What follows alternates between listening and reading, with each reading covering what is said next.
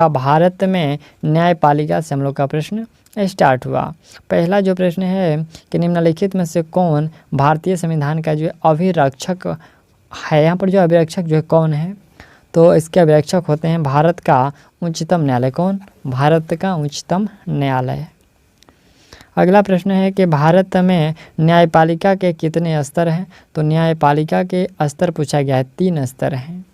निम्नलिखित में से किस देश में जो है न्यायिक समीक्षा प्रणाली का जो है उद्भव हुआ, तो यह उद्भव हुआ यूएसए, यहाँ पर जो यूएसए से। ठीक, चलिए अगला प्रश्न है चौथे नंबर कि भारत के उच्चतम न्यायालय को प्राप्त है, तो उच्चतम न्यायालय को जो है मूल, अपीलीय और परामर्श जो क्षेत्राधिकार प्राप्त है।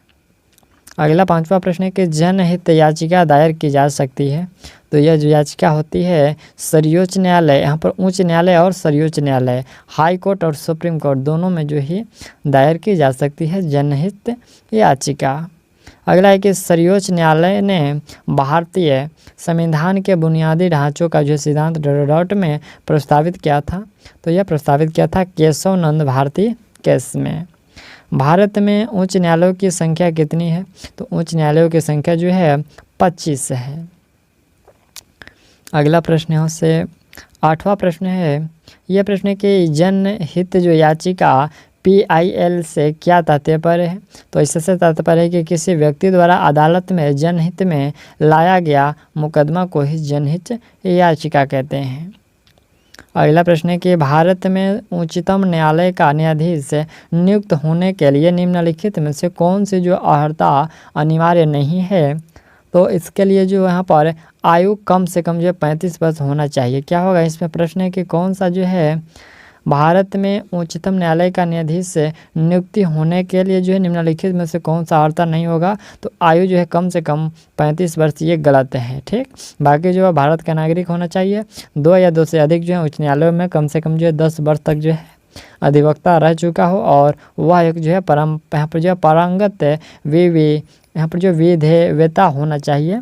तो चलिए अगला प्रश्न यहाँ से 10 नंबर प्रश्न है कि डॉट का अर्थ है कि सर्वोच्च न्यायालय किसी मामलों में, यहाँ पर जो किसी मामलों और उसमें शामिल कानूनी मुद्दों पर जो पुनर्विचार करेगा, यह किस में, तो यह जो है अपीलीय क्षेत्राधिकार में।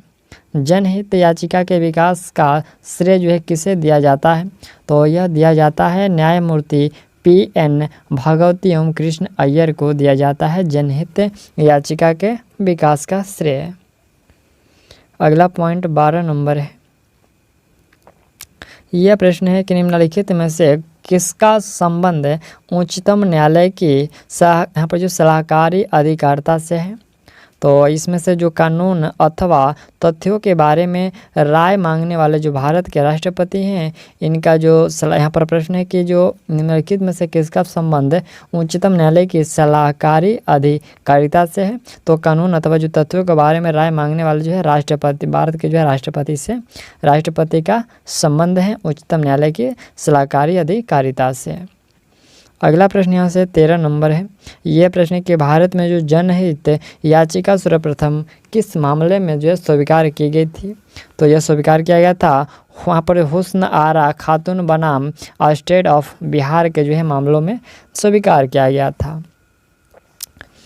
14 नंबर प्रश्न के सर्वोच्च न्यायालय के न्यायाधीश किस आयु में जो सेवानिवृत्त होते हैं, तो ये जो सर्वोच्च न्यायालय के न्यायाधीश हैं यह किस उम्र में जो पूछा गया है कि सेवानिवृत्त होते हैं, यह होते हैं 65 वर्ष की उम्र में। ऑप्शन यहाँ से हम लोग का डी जो है ये सही होगा। ठीक, 15 नंबर प्रश्न के जनहित याचिका किसके साथ संबंधित है, तो यह किसके साथ संबंधित है, ये आपका न्यायिक जो है संबंधित है। अगला प्रश्न है 16 नंबर है कि भारत के उच्चतम न्यायालय के न्यायाधीशों की नियुक्ति जो है कौन करता है, तो यह नियुक्ति जो है राष्ट्रपति करते हैं।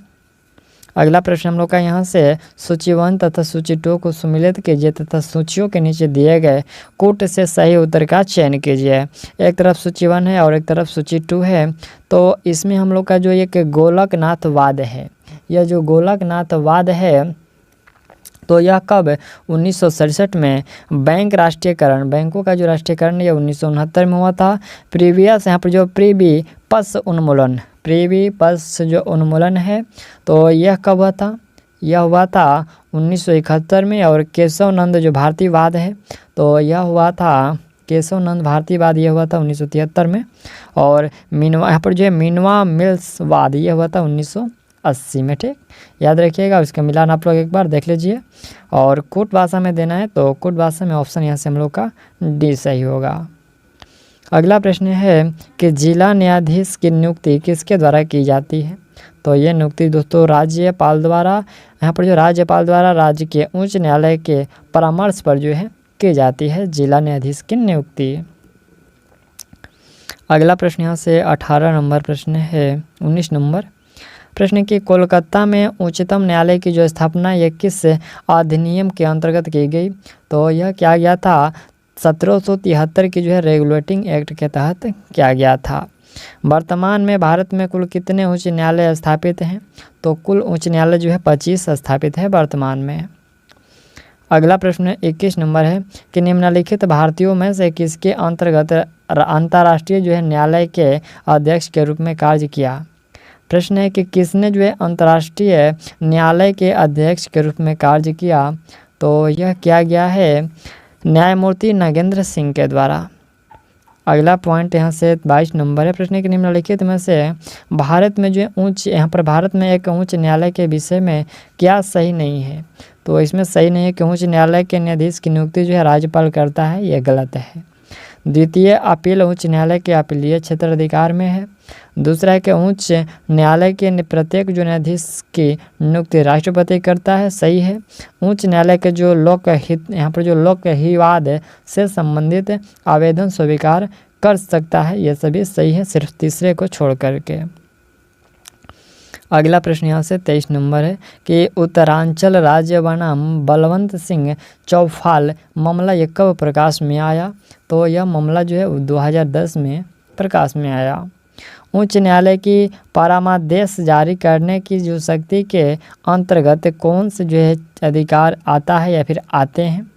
तो इसके अंतर्गत है उपयुक्त में से सभी होगा, जैसे कि संवैधानिक अधिकार, मौलिक अधिकार और यहाँ पर जो संविधिक अधिकार, ये सभी आता है उच्च न्यायालय की परामर्श जारी करने की शक्ति के अंतर्गत। अगला प्रश्न है कि उच्च न्यायालय की जो प्रथम महिला न्यायाधीश वो कौन थी? तो वह न्यायाधीश थी एम फातिमा बीबी। कौन? ये प्रथम जो है उच्च न्यायालय की महिला न्यायाधीश थी। अगला प्रश्न यहाँ से हम लोग का 26 नंबर प्रश्न है। प्रश्न के किस उच्च न्यायालय ने यह निर्णय दिया है कि यहाँ पर दिया है कि एक ही बार में 3 बार जो है तलाक कहने से तलाक यहाँ पर जो तलाक होना गैर कानूनी है? प्रश्न है कि यह जो है किस उच्च न्यायालय ने यह निर्णय किया है कि एक ही बार में 3 बार जो तलाक कहने से तलाक होना जो है गैर कानूनी है? तो यह कहा गया है इलाहाबाद उच्च न्यायालय के द्वारा। ठीक, अगला है कि निम्नलिखित में से किस अनुच्छेद के अंतर्गत जिला न्यायाधीशों की जो नियुक्ति का प्रावधान किया गया है? तो यह किया गया अनुच्छेद 233 के अंतर्गत। अगला 28 नंबर प्रश्न है कि भारत के संविधान के अनुसार जिला न्यायाधीश के अंतर्गत सम्मिलित नहीं है। जिला न्यायाधीश के अंतर्गत दोस्तों क्या सम्मिलित, इसमें से हम लोग का पूछा गया कि नहीं है, तो इसमें अधिकरण न्यायाधीश जो है सम्मिलित नहीं है। अगला प्रश्न है कि यहाँ पर जो एक उच्च न्यायालय का न्यायाधीश अपना त्याग पत्र किसको संबोधित करता है? तो यह संबोधित करता है राष्ट्रपति को। अगला है कि सर्वप्रथम जो है किस उच्च न्यायालय ने यह निर्णय लिया कि बंद यहाँ पर जो बंद जो है ये असंवैधानिक है? किसके द्वारा यह निर्णय लिया गया था? तो यह निर्णय जो सर्वप्रथम केरल उच्च न्यायालय ने लिया। ऑप्शन सी जो होगा इसमें करेक्ट है। ठीक, अगला प्रश्न यहाँ से 31 नंबर प्रश्न है कि सभी अधीनस्थ न्यायालयों के न्यायाधीशों की नियुक्ति किसके द्वारा की जाती है? तो यह जो नियुक्ति है संबंधित राज्य के राज्यपाल के द्वारा की जाती है। नेक्स्ट प्रश्न 32 नंबर है। प्रश्न है कि संविधान के कौन से अनुच्छेद अधीनस्थ न्यायालयों से संबंधित है? दोस्तों यहाँ पर अधीनस्थ न्यायालयों से पूछा गया कि संबंधित है, तो यह अनुच्छेद जो 233 से लेकर के 37 तक है। नेक्स्ट प्रश्न यहाँ से हम लोग का 33 नंबर प्रश्न है। प्रश्न के निम्नलिखित में कौन जो है अधीनस्थ न्यायालय की श्रेणी में नहीं आता है? तो इसके श्रेणी में जो यह राजस्व मंडल है ये नहीं आता है। अगला प्रश्न हम लोग का कि केंद्र एवं राज्यों के मध्य होने वाले विवादों का जो निर्णय करने की भारत के उच्चतम न्यायालय की शक्ति किसके अंतर्गत आती है? तो यह जो शक्ति है मूल अधिकारिता के अंतर्गत आती है। नेक्स्ट प्रश्न यहाँ से 35 नंबर है कि भारतीय संविधान का कौन सा अनुच्छेद जो है समाज के कमज़ोर वर्गों के लिए निःशुल्क कानूनी सहायता का जो है प्रावधान करता है? तो यह प्रावधान करता है अनुच्छेद 39 के ए करता है। ठीक, प्रश्न के भारतीय संविधान का कौन सा जो अनुच्छेद है जो कि यहाँ पर समाज के कमज़ोर वर्गों के लिए निःशुल्क कानूनी सहायता का प्रावधान करता है? तो 39 का ए। अगला यहाँ से प्रश्न हम लोग का 36 नंबर प्रश्न है कि विधिक सेवा प्राधिकरण अधिनियम कब लागू हुआ? तो यह जो सेवा है 1987 में लागू हुआ। ठीक, अगला 37 नंबर है कि देश की पहली लोक अदालत कहाँ आयोजित की गई? तो यह आयोजित की गई थी गुजरात में। अगला प्रश्न हम लोग का 38 नंबर है कि सर्वोच्च न्यायालय के प्रथम मुख्य न्यायाधीश जो कौन थे? तो प्रथम मुख्य न्यायाधीश जो थे वो हीरालाल जे कौनिया थे। अगला प्रश्न हम लोग का 39 नंबर है कि उच्च न्यायालय के सेवानिवृत्त न्यायाधीश को पेंशन कहाँ से दी जाती है? तो उनको जो पेंशन है भारत की संचित निधि से दी जाती है। अगला प्रश्न यहाँ से हम लोग का 40 नंबर है। यह प्रश्न है कि राष्ट्रीय मुकदमा नीति जो है कब लाई गई? ये राष्ट्रीय मुकदमा नीति दोस्तों लाई गई थी 2008 में। कब? 2008 में राष्ट्रीय मुकदमा नीति लाई गई। अगला यहाँ से प्रश्न हम लोग का 41 नंबर है। प्रश्न है कि रीट के संदर्भ में निम्नलिखित कथन पर विचार करना है। ठीक, इसमें कह रहा है कि सांसद किसी अधीनस्थ न्यायालय को रिट जारी करने हेतु तो सशक्त कर सकती है, और दूसरा है कि बंदी प्रत्यक्षीकरण रिट को निजी प्राधिकरण के विरुद्ध जो है जारी किया जा सकता है। तो इसमें हम लोग का कौन सा सही होगा? इसमें देखिए हम लोग का जो दोनों ही कथन सही है। अगला प्रश्न 42 नंबर है कि भारत के उच्चतम न्यायालय में न्यायाधीशों की संख्या में वृद्धि करने की शक्ति जो है किसमें निहित है? तो यह शक्ति जो है सांसद में निहित है। अगला प्रश्न हम लोग का है कि राष्ट्रीय न्यायिक